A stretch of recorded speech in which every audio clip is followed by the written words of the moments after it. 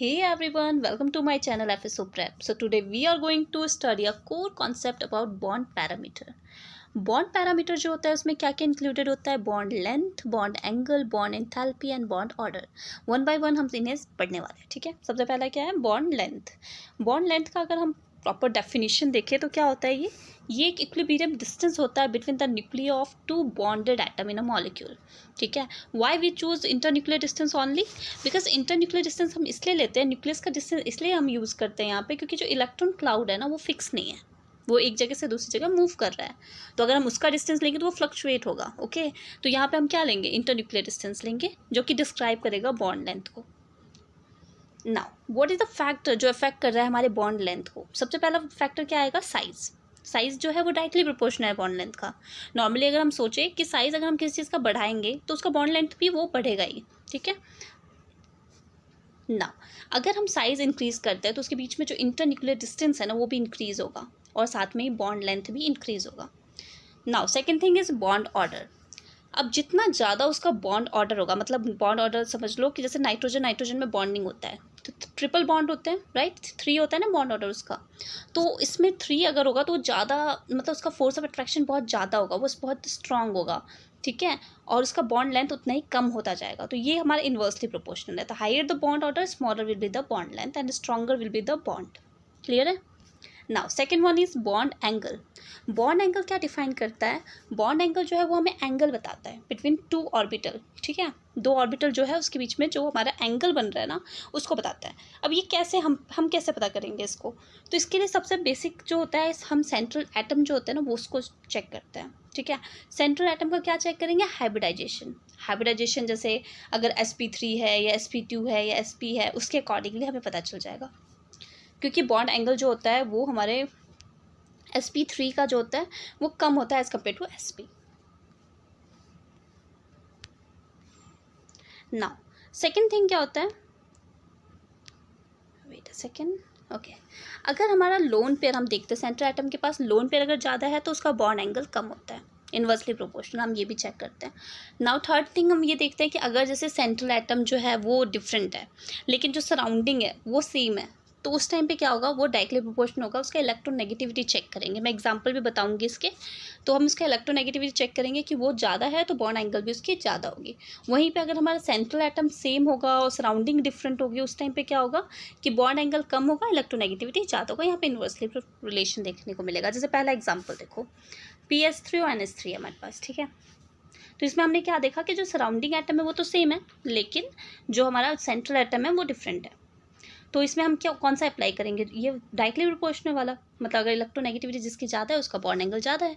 तो इलेक्ट्रोनेगेटिविटी किसकी ज़्यादा? नाइट्रोजन की, ओके। तो नाइट्रोजन और फॉस्फरस दोनों हमारा डायरेक्टली, तो इससे नाइट्रोजन ज़्यादा हो जाएगा एज कम्पेयर टू फॉस्फरस, क्योंकि वो इलेक्ट्रॉन नेगेटिव है, और जितना ज़्यादा इलेक्ट्रॉन नेगेटिव उतना ज़्यादा उसका बॉन्ड एंगल।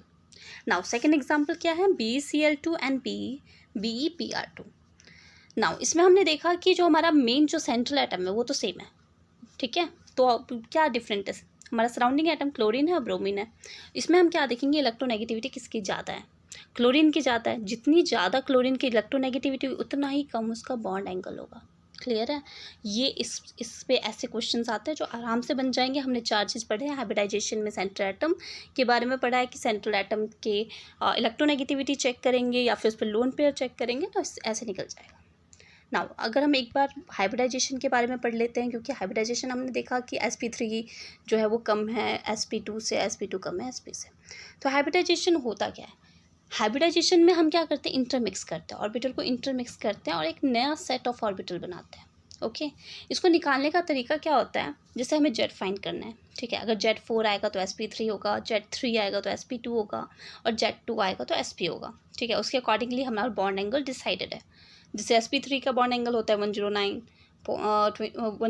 और sp2 का होता है 120 और sp का होता है 180, ओके।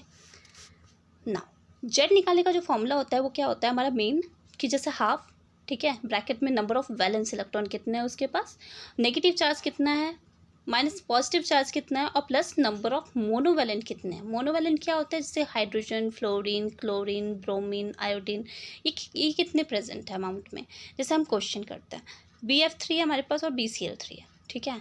तो इसमें हम देखेंगे कि जैसे बी हमारा बोरोन है, ठीक है, इसकी वैलेंसी कितनी है 3, और हमारा मोनोवैलेंट कौन है इसमें फ्लोरीन, तो इसके कितने 3, तो 3 3 6 हो गया, और उसको हम हाफ से मल्टीप्लाई कर देंगे तो हमारे पास 3 आएगा। और हमें पता है कि अगर जेड की वैल्यू 3 आएगी तो क्या होगा sp2, क्लियर है, और sp2 का कितना होता है 120। तो ऐसे करके ये क्वेश्चन सॉल्व होते हैं। सेम ऐसे ही BCl3 का कर लोगे, बी का कितना होता है 3, Cl3 का 3, सेम उसका भी आएगा 120। अगर हम BCl2 का देखते हैं तो क्या होगा, बी बेरिलियम है, इसका वैलेंसी 2, Cl2 मोनोवैलेंट है, उसका 2 4, ठीक है, तो ऐसे हम काटेंगे तो 2 आएगा और sp होगा, तो sp का कितना होता है 180। तो ऐसे हो जाते हैं क्वेश्चन, बहुत ईजिली हो जाते हैं अगर आपको कॉन्सेप्ट पता है तो। नाउ बॉन्ड एंथैल्पी, एंथैल्पी मतलब होता है एनर्जी, कितनी एनर्जी आपको लगानी पड़ेगी किसी भी एक मोल ऑफ बॉन्ड को तोड़ने के लिए। ओके ये किस चीज़ पे डिपेंड करता है, हमारा साइज़ पे डिपेंड करता है। अब आप ही सोचो, अगर साइज़ पहले से ही इतना ज़्यादा है, पहले से ही दूरियाँ बहुत ज़्यादा बन गई है, बॉन्ड लेंथ बहुत ज़्यादा हो गया, तो हम तो कम एनर्जी, थोड़ी सी भी एनर्जी लगाएंगे तो वो ऑलरेडी ब्रेक हो जाएगा, ठीक है। जितना स्ट्रॉन्ग बॉन्ड है, जैसे नाइट्रोजन में सोचो, इतना ज़्यादा स्ट्रेंथ है उसकी, इतना ज़्यादा फोर्स ऑफ अट्रैक्शन है उनके भी, ट्रिपल बॉन्ड है बॉन्ड ऑर्डर, तो उसमें हमें क्या ज़्यादा एंथैल्पी लगानी पड़ेगी, है ना। तो यहाँ पे जैसे जैसे साइज़ बढ़ता जाएगा बॉन्ड लेंथ बढ़ता जाएगा, बॉन्ड एंथैल्पी जो होगी उसकी डिक्रीज़ होगी, हमें कम एनर्जी लगानी पड़ेगी। वहीं पे अगर हम सेकंड देखें बॉन्ड ऑर्डर के बारे में, तो हमें पता है कि बॉन्ड ऑर्डर जो है वो क्या होता है, बॉन्ड स्ट्रेंथ होता है। हमें कितना फोर्स ऑफ अट्रैक्शन देखने को मिल रहा है उतनी ही ज़्यादा हमें उसको एनर्जी भी देनी पड़ेगी, तो ये हमारा हो जाएगा डायरेक्टली प्रोपोर्शनल। ओके एक क्वेश्चन आता है इसमें, जैसे फ्लोरीन क्लोरीन ब्रोमीन आयोडीन है हमारे पास, और क्वेश्चन पूछता है कि इसका बॉन्ड डिसोसिएशन एंथैल्पी कितनी होगी। तो हमें वैसे नॉर्मली अगर हम देखें तो हमें पता है फ्लोरीन जो है उसमें सबसे छोटा है, अट्रैक्शन सबसे ज़्यादा होगा, फिर क्लोरीन, फिर ब्रोमीन, फिर आयोडीन सबसे बड़ा है, अट्रैक्शन तो बिल्कुल नहीं होगा, है ना, बहुत दूर दूर हो जाएंगे, तो वो हमें बहुत एंथैल्पी कम देनी है। लेकिन इसमें एक एक्सेप्शन आता है कि जो फ्लोरीन है ना वो क्या है हमारे पास, फ्लोरीन हाईली इलेक्ट्रोनेगेटिव है, ठीक है, बट अभी भी आयोडीन से कमी है, ठीक है। आयोडीन देखा जाए तो आयोडीन का साइज़ तो बहुत लार्ज होता है, उसमें तो हमें बहुत कम एनर्जी देनी पड़ती है। तो इसीलिए हमारा जो ये सीरीज़ होता है, क्लोरीन सबसे पहले, ठीक है, फिर ब्रोमीन, फिर फ्लोरीन, फिर आयोडीन। नाउ एक मैं ट्रिक बता देती हूँ बॉन्ड ऑर्डर को फाइंड करने का। बॉन्ड ऑर्डर जो है, अगर हमें इलेक्ट्रॉन पता है, जैसे ऑक्सीजन है या नाइट्रोजन है, ठीक है, हम उसे काउंट कर देंगे और कितना आता है, अगर हमारे 8 इलेक्ट्रॉन आता है तो उसका बॉन्ड ऑर्डर 0 होगा, अगर 9 आता है तो 0.5, ऐसे करके ये बढ़ते जाते हैं, 14 आता है तो 3, और फिर उसके बाद डिक्रीज़ होता है। तो ऐसे आप इजीली इसको निकाल सकते हो, इसको आप पढ़ लेना। Okay, thank you.